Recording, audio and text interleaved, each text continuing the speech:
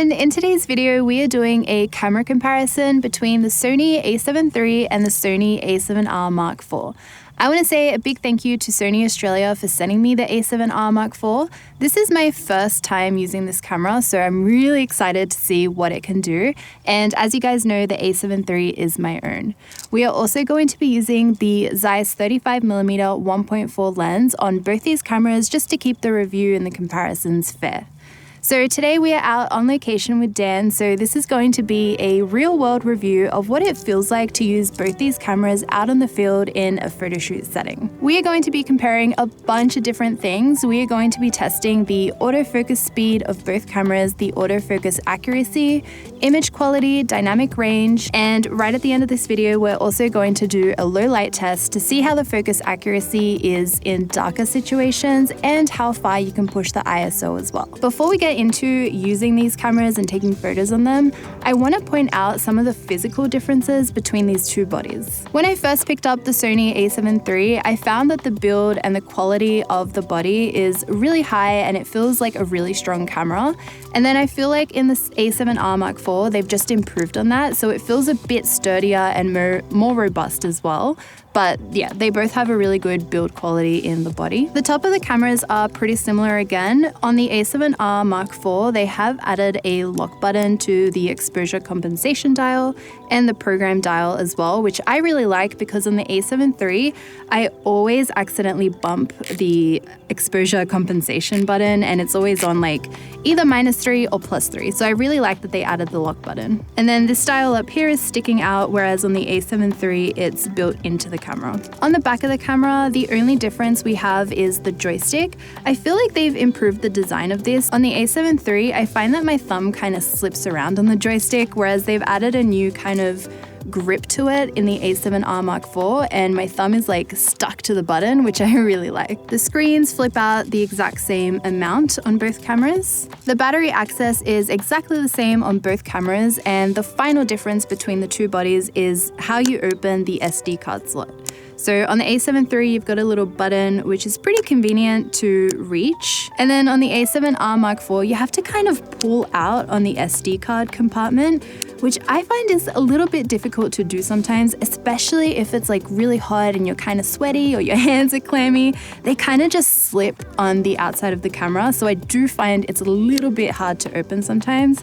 And the a7 III is just so much more convenient. So we're gonna set up these cameras on a tripod now, and we're gonna start with testing the autofocus speed. And we're back. We had to run home quickly because as soon as I turned on the R4 and Dan jumped in front of the camera, I thought this is not updated. So I had to quickly update the firmware. Now we have the latest firmware on both camera bodies.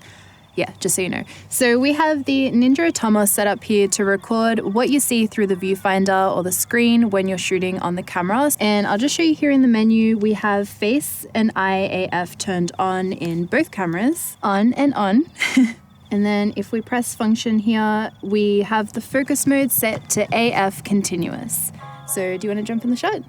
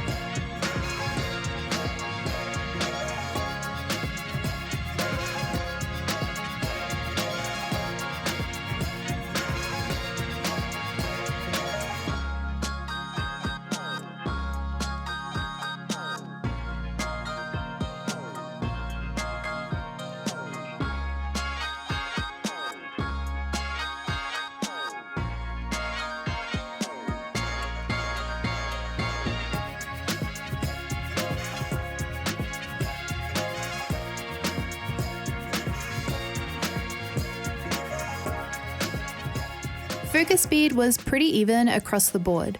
I did notice the a7R IV was able to retain IAF a lot more in further away shots compared to the a7 III, which fell back on to face detection and a cluster focus point more often. But at that distance, a wide focus point and face detection do still get the subject in focus.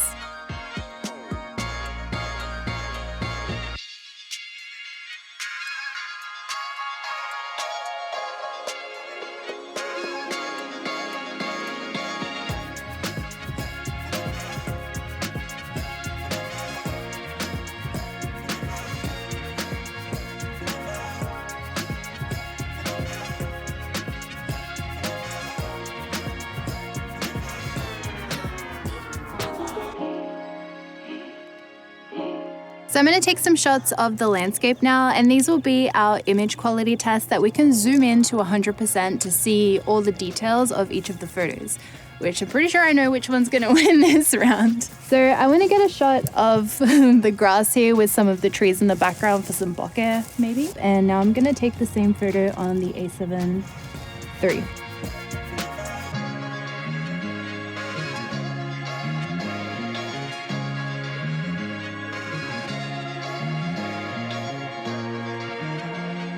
Here we are in Lightroom, and I have the two photos that I took that are pretty much identical. I'm pretty happy with how they turned out. On the left, we have the A7R4, and on the right, we have the A7 III. So I'm just going to zoom into 1:1 in Lightroom, which is 100%. And here we can see all the extra resolution you can get from the A7R4 compared to the A7 III. So these right here are the same 4 blades of grass in the photo, but on the 4, you can zoom in so much more and it pretty much fills up the screen. Whereas on the 3, it's a lot further away. And then if we kind of move down in the picture, here we've got the cluster of grass, which is the same here on the 3, which is so much closer up on the R4. Aside from the extra resolution, I do feel like the image quality from both cameras is great. Both images are super sharp and you can see a lot of detail in both the 4 and the 3. As you can see, this blade of grass is in focus on the R4 and you can see all the little details in the grass. And then over here, this blade of grass is in focus on the 3 shot, but again, even though it's a little bit further away, you can still see plenty of details in this blade of grass. So it really depends on what you need out of a camera when it comes to the R4 versus the 7 III. For me, as a portrait photographer, the A7 III is more than enough image resolution and high quality enough for weddings and fashion and portrait photography. And the R4 is probably better suited if you like to print out your images or you do landscape photography or you just need higher resolution images. So hopefully this little comparison is helpful for you guys to see. Next up, I took some underexposed photos of Dan in this field location, and I want to see the difference in dynamic range. So I'm going to start by bringing up the exposure on the A7 III photo, which is on the left. I'm also going to bring up the shadows, and I'm going to add a little bit of contrast and bring down the highlights just to try and balance the image out. And then I'm going to sync the settings with the A7R4 photo, and we'll put them up side by side to see the difference. When I paste the settings, we are able to save the shadows on both the cameras. So I'm going to bring up the A7 III here and edit the A7R4, and I'm going to try and make them look the same by bringing up the exposure on the 4, and I'll bring down the highlights a little bit more, and then swapping them back around. I'm going to bring down the exposure a tiny bit on the 3 and the highlights as well. I feel like the 4 has a slightly higher edge over the dynamic range of the 3, but as you guys can see, it is pretty similar with both cameras. And here we've got a little look at the corner, which was this dark to begin with, so we were able to recover a lot of the shadows in both the images. Next up, I want to do a highlight recovery. So this, I took a photo that was exposed for Dan with the sky being slightly overexposed. So we're going to bring down the highlights to see how much of the sky we can save of both images, and I'll bring the white point down a little bit as well. And then I'm going to sync the settings between both photos, and then bringing it up. Again, we have saved pretty much the same amount of highlights on both images. There are still spots that are blown out, but that is unsavable on both photos. But we are able to create a balanced image overall with the highlights and the shadows of these overexposed photos. We are back in the warmth now. We are inside ready for our last comparison, which is the low light test. So I've waited until the sun has completely set. It's totally nighttime outside. I've set up the little lamp just behind me. It's not the prettiest shot, but it will get the point across with what I want to show you guys. So the first thing we're going to do is test the autofocus speed and see how well IAF works in low light situations.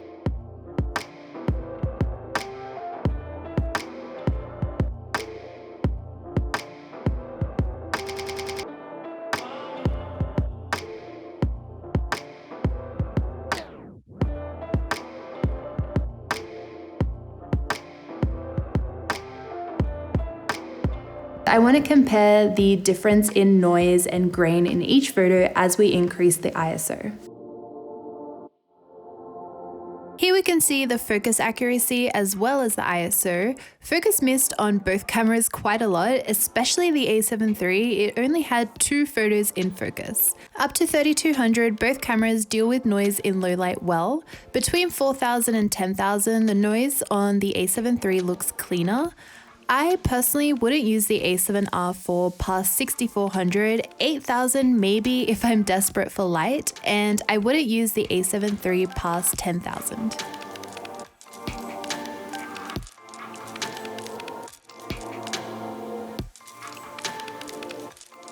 Those are all the tests that we're doing for today's comparison between the Sony A7 III and the Sony A7R Mark IV. I really hope that seeing all those tests and those comparisons really helped you guys out if you were stuck deciding between the two cameras or stuck deciding what suits you better as a photographer and what you need out of a camera body. If you have any questions, please let me know down in the comments below. And if there's any other two cameras that you'd like to see us create a comparison between, please let me know as well, because I had so much fun filming today's video, so I would love to do it again. And I want to say thank you to Dan, who's behind the camera, for being a model today as well. That really helped out. So when it comes to my personal preference and what I would decide between the two, I absolutely love the A7R Mark IV. However, for me as a portrait photographer and a wedding photographer, I really don't need all the extra resolution that comes in the R4. I feel like taking photos on this camera full time would mean a lot of retouching when it comes to portraits. And also when I'm taking photos of wedding clients who aren't necessarily professional models, they kind of don't want to see all that detail in their skin, because I know I definitely don't want that. So for me, I feel like the Sony A7 III is that perfect balance between low light, which I do a lot of for wedding photography, and high resolution images. But thank you guys so much for watching today's video. I really hope you enjoyed it and found it helpful. I make new videos every single week, so I will see you all next time. Bye!